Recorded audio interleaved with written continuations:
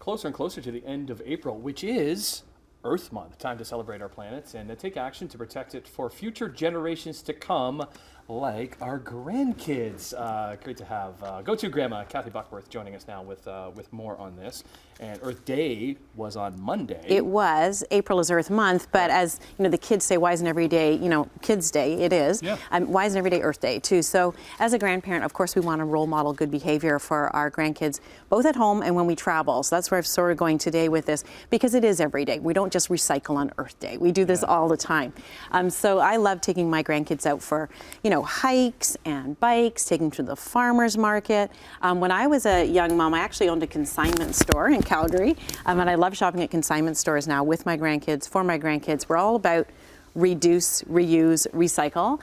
So finding things that you can do with them. One of the things I love about taking them to a farmer's market is they really get to see how food is produced, how it's prepared. At home it can be fairly easy to role model these behaviors, but when we travel, a whole other thing comes into perspective. So we like to do sustainable travel. A recent Booking.com survey said 70% of us want to do it, 40% of us feel guilty when we don't. So how do you work sustainability and good example role modeling into your travel? I recently had the experience to do both, not with my grandkids in tow, but things that I could take back to them. I went to the Bahamas, to the Grand Bahamas in Freeport, which I don't know if you will recall, but they had a devastating hurricane in 2019, Hurricane Dorian, wiped out a ton of the coral there, about 70%. So I went to visit a place called Coral Vita, which was just fascinating. Here are the coral beds here. They are regrowing coral in these beds and transplanting them back into the ocean. And how do they do this? Well, they take little cells and they shave it off and they grow it in these beds and then they take it out.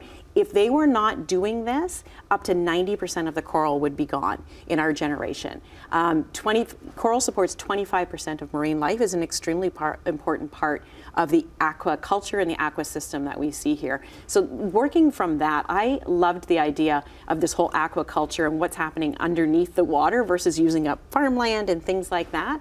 I actually adopted a piece of coral from here in the name of my grandkids, and we get reports on how it grows. And so when you buy a piece of it? Yeah, you get a certificate, like buying a star. You know what I mean? You're supporting, there it is, their environment. So we'll get reports on when this coral is finished growing in its bed, and it will go to the ocean, which is super fun. Okay, second part, you were in Ireland recently, too. I was in Ireland recently, and I got the opportunity to go to a place called Patrick Seafoods, which is a sustainable, organic oyster farm, which was fascinating. Of course, oysters are delicious. I love them. But this was a fantastic place too, because you have to have the right conditions to grow oysters organically and in beds, and they do both here. It's on the Atlantic Ocean. If you're a guest there, you can actually forage for oysters, which is because the tide goes out so far.